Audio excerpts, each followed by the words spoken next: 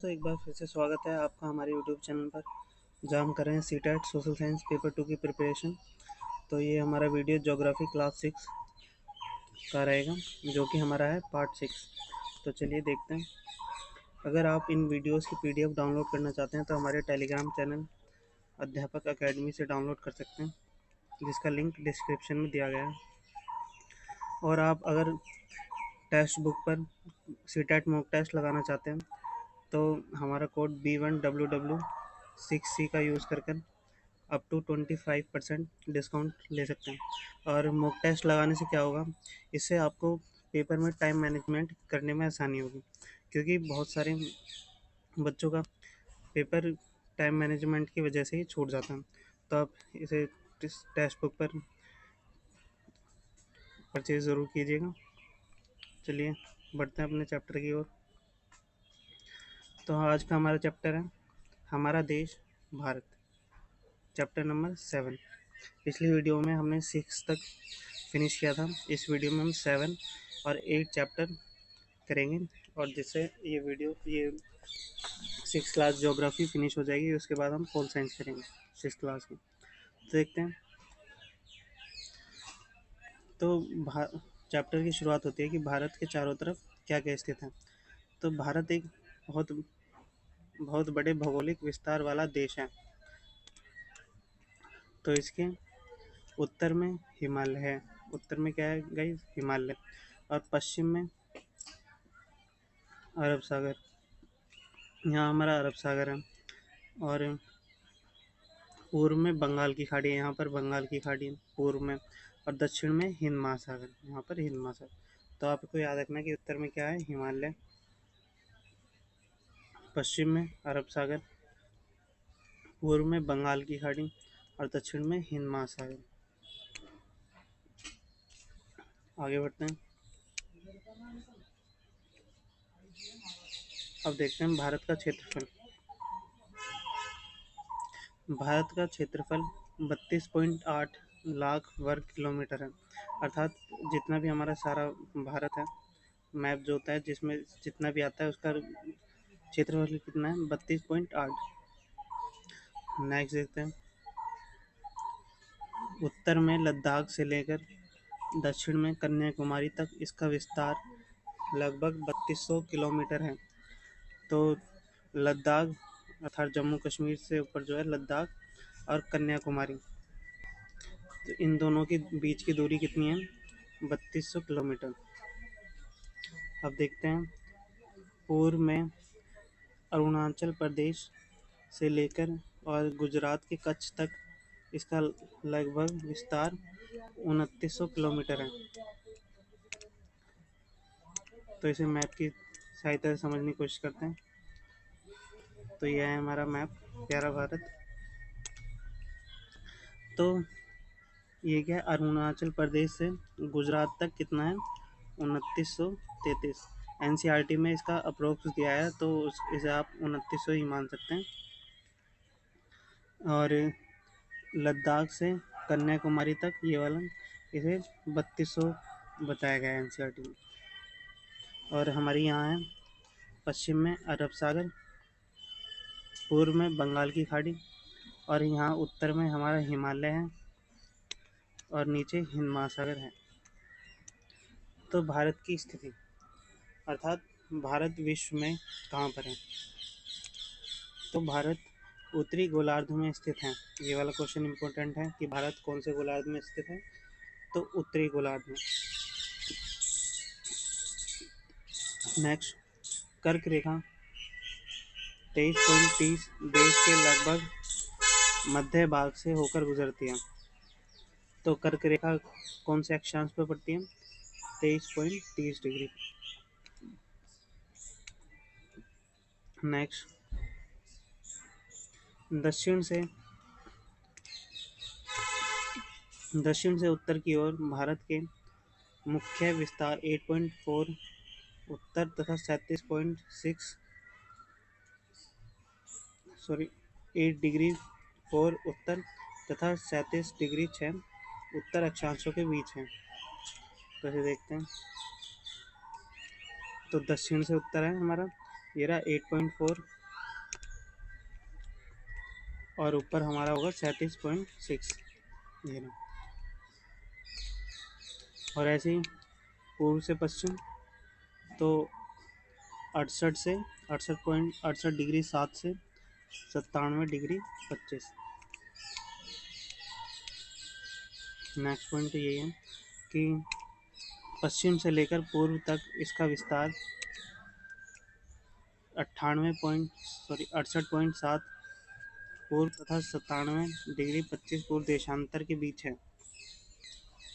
और सबसे important point हमारी यह है कि प्रत्येक एक देशांतर के लिए स्थानीय समय में 4 मिनट का अंतर होता है।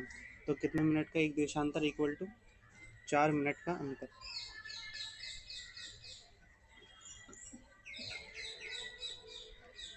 नेक्स्ट, गुजरात की अपेक्षा पूर्व के अरुणाचल प्रदेश में सूर्योदय लगभग 2 घंटे पहले होता है। तो ये फैक्ट्स हैं, तो आप इनको याद रख लीजिएगा कि गुजरात की अपेक्षा अरुणाचल प्रदेश में सूर्योदय लगभग 2 घंटे पहले हो जाता है।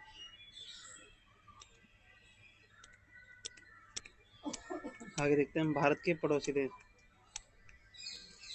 तो 7 देशों की स्थलीय सीमा इसकी सीमाओं से जुड़ी हुई है और दक्षिण में समुद्र में स्थित 2 द्वीप श्रीलंका तथा मालदीव हमारे पड़ोसी देश हैं। तो 7 देश स्थलीय से लगे हुए हैं और 2 श्रीलंका और मालदीव हमारे जलीय समुद्र से स्थित हैं पड़ोसी देश। और श्रीलंका और भारत को कौन अलग करता है? तो पाक जल संधि भारत को श्रीलंका से अलग करता है। आगे देखते हैं राजनीतिक एवं प्रशासनिक विभाजन। प्रशासनिक क्रियाकलापों के लिए देश को 28 राज्य और 8 केंद्र शासित प्रदेशों में बांटा गया है। कितने? 28 और 8। और राज्यों का निर्माण किसके आधार पर हुआ है? मुख्यतः भाषा के आधार पर। तो ये क्वेश्चन आता है कि राज्यों का निर्माण भारत में किस आधार पर हुआ है? तो अधिकतर भाषा के आधार पर हुआ है।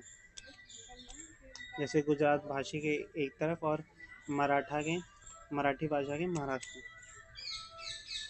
नेक्स्ट, भौतिक विभाजन। अब देखते हैं भारत का भौतिक विभाजन। तो हिमालय को 3 श्रृंखला में बांटा गया है। जो हमारे भारत हिमालय उत्तर में है उसको 3 श्रृंखला में बांटा गया है। तो हमारा पहला है वृहद हिमालय या हिमरादी, तो सबसे ऊपर स्थित श्रृंखला है। तो हिमरादी या वृहद हिमालय कौन सा है? जो हमारा सबसे ऊपर पड़ जाता है और जो कि हमारा उत्तर में है, सबसे उत्तर में। और मध्य हिमालय हिमरादी के दक्षिण में स्थित है और बहुत ही लोकप्रिय पहाड़ी यहाँ पर स्थित है। जैसे ये तो हो गया हमारा हिमरादी और फिर हमारा क्या आ गया? मध्य हिमालय या हिमाचल। और उसके बाद क्या है? ये शिवालिक। तो शिवालिक सबसे दक्षिण में स्थित श्रृंखला है। तो ये तो हमारा उत्तर में हो गया। तो इसकी नीचे जितनी भी होंगी सब दक्षिण में होंगी। जैसे मध्य हिमालय हिमरादी के दक्षिण में और शिवालिक है हिमालय के दक्षिण में और इसे कहते हैं सबसे दक्षिणी या गिरी भाग। नेक्स्ट, हिमालय के दक्षिण में भारत का उत्तरीय मैदान स्थित है। यह मैदान सिंधु गंगा ब्रह्मपुत्र तथा इसकी सहायक नदियों द्वारा जड़ोल निष्पक्ष से बने हैं। तो भारत का उत्तरी मैदान किससे बना है? सिंधु गंगा और ब्रह्मपुत्र नदियों से। अब जानते हैं जड़ोल निक्षेप क्या होते हैं। यह नदियों द्वारा लाई गई महीन मिट्टी होती है तथा नदी बेसिन में निक्षेपित कर दी जाती है। तो ये कौन सी होती है? ये वो वाली मिट्टी होती है जो नदियों द्वारा लाई जाती है। आगे बढ़ते हैं। अब हमारा प्रायद्वीपीय पठार। उत्तरी मैदानों के दक्षिण में प्रायद्वीपीय पठार स्थित है। इसकी आकृति त्रिभुजाकार है। अब इसके उत्तर पश्चिम में अरावली श्रृंखला स्थित है। तो प्रायद्वीप पठार में क्या क्या है? पहला तो ये त्रिभुजाकार है और उत्तरी मैदान के दक्षिण में है और इसके पश्चिम में अरावली श्रृंखला। पश्चिम का कहाँ होता है? यहाँ इधर। तो यहाँ पर है हमारी अरावली श्रृंखला। नेक्स्ट, विंध्य और सतपुड़ा। तो इन श्रृंखलाओं से होकर नर्मदा तथा तापी नदियाँ बहती हैं। तो सीटेट में पूछा गया है कि विंध्य सतपुड़ा से कौन कौन सी नदियाँ बहती हैं। तो 2 नदियाँ बहती हैं हमारी, नर्मदा और तापी।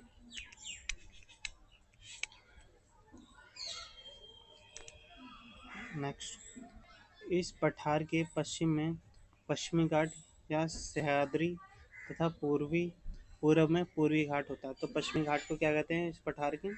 तो उसे कहते हैं सह्याद्री, और पूर्वी घाट को पूर्वी घाट कहते हैं। आगे देखते हैं। पश्चिमी घाट का विस्तार एक समान रूप है, जबकि पूर्वी घाट बीच बीच में टूटा हुआ तथा असमान है। तो ये वाला फैक्ट्स इंपॉर्टेंट है हमारा कि पश्चिमी घाट का विस्तार एक समान रूप है, परंतु पूर्वी घाट बीच बीच में टूटा हुआ तथा असमान है। तो इसमें सीटेट में आ जाता है कि पश्चिमी घाट और पूर्वी घाट में क्या अंतर पाए जाते हैं। तो हमारा आंसर रहेगा ये। नेक्स्ट, अब हमारी एक्स्ट्रा इन्फॉर्मेशन, सुंदरवन डेल्टा जो कि एनसीईआरटी में बॉक्सेस में दी जाती है।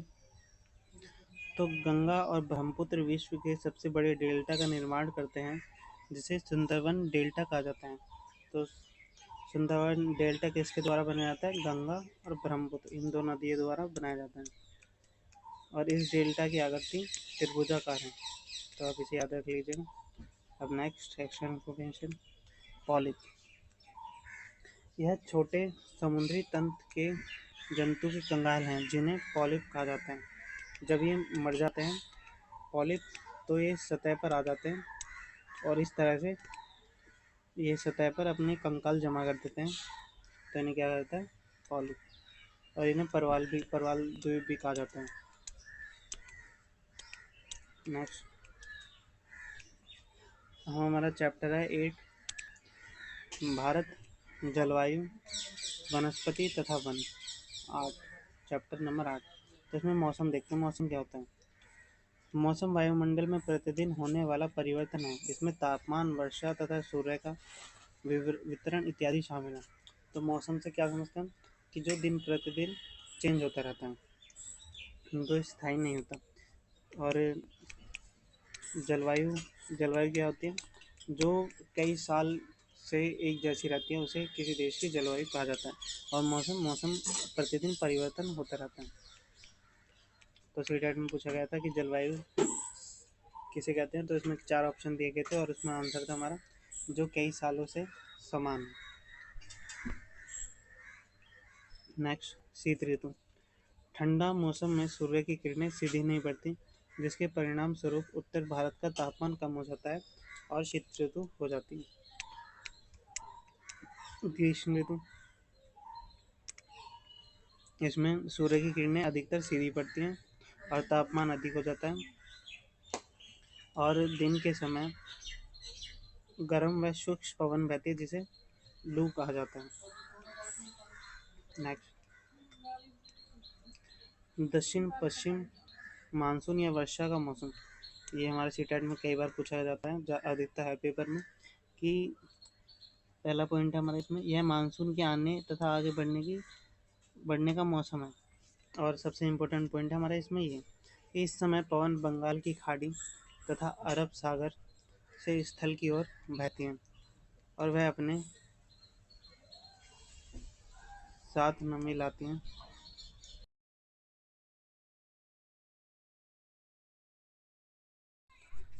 दक्षिण पश्चिम मानसून पश्चिम, तो यह इस समय पवन बंगाल की खाड़ी तथा अरब सागर से स्थल की ओर बहती हैं। कहाँ से? बंगाल की खाड़ी से तथा और अरब सागर और बंगाल की खाड़ी से स्थल की ओर बहती हैं और वह अपने साथ नमी लाती हैं और यह पवनें पहाड़ों से टकराती हैं, तब वर्षा होती है। तो मानसून कहाँ से आता है हमारा? एक तो बंगाल की खाड़ी से और एक अरब के सागर से, और जब ये पवनें पहाड़ों से टकराती हैं तब वर्षा होती है। और नेक्स्ट पॉइंट हमारा, मानसून के लौटने का समय या शरद ऋतु ये दोनों ही इम्पोर्टेंट है, इन्हें आप याद रख लीजिएगा कि शरद ऋतु को ही मानसून के लौटने का मौसम कहा जाता है। तो देखते हैं इसमें, इस समय पवन स्थल भागों से लौटकर बंगाल की खाड़ी की ओर बहती हैं। तो बंगाल की खाड़ी से पहले आती थी, और जब मानसून लौटने का समय होता है तो सभी पवनें बंगाल की खाड़ी की ओर लौटती हैं, और यह मानसून लौटने का समय होता है। और सबसे इम्पोर्टेंट पॉइंट है इसमें हमारा ये वाला, कि भारत के दक्षिणी भागों में विशेषकर तमिलनाडु तक आंध्र प्रदेश में इस मौसम में वर्षा होती है। तो सीटेट में क्वेश्चन आता है कि शरद ऋतु में किन किन राज्यों में वर्षा होती है। एक तो तमिलनाडु और आंध्र प्रदेश, और दूसरा आता है क्यों इन राज्यों में वर्षा क्यों होती है, क्योंकि इस समय पवन स्थल भागों से लौटकर बंगाल की खाड़ी की ओर बहती हैं। नेक्स्ट देखते हैं जलवायु। भारत की जलवायु को मोटे तौर पर मानसूनी जलवायु कहा जाता है। तो भारत की जलवायु कौन सी है? मानसूनी जलवायु। और सेकंड, मानसून शब्द अरबी भाषा के मौसम से लिया गया है, जिसका अर्थ है मौसम। तो मानसून किस भाषा का शब्द है? यह है हमारा अरबी भाषा का शब्द। नेक्स्ट, और ये वाला हमारा सीटेट प्रीवियस ईयर है 2019, कि किसी स्थान की जलवायु उसकी स्थिति, ऊंचाई, समुद्र से दूरी, उच्चावच पर निर्भर रहती है। तो सीटेट में दिया खाली ये 3 दे दी थे, स्थिति, ऊंचाई और समुद्र से दूरी। इसमें उच्चावच नहीं दिया था, तो हमारा आंसर था जिसमें ये चारों थे, और ये स्थिति, ऊंचाई, समुद्र से दूरी और ऊंचाई और उच्चावच। ठीक है। नेक्स्ट, विश्व में सबसे अधिक वर्षा मेघालय में स्थित मौसिन राम में होती है। तो कहाँ होती है? मेघालय में। तो ये था हमारा क्लास 6 का ज्योग्राफी लास्ट वीडियो। अगली वीडियो में हम क्लास 6 की पॉलिटिकल साइंस करेंगे। तो धन्यवाद।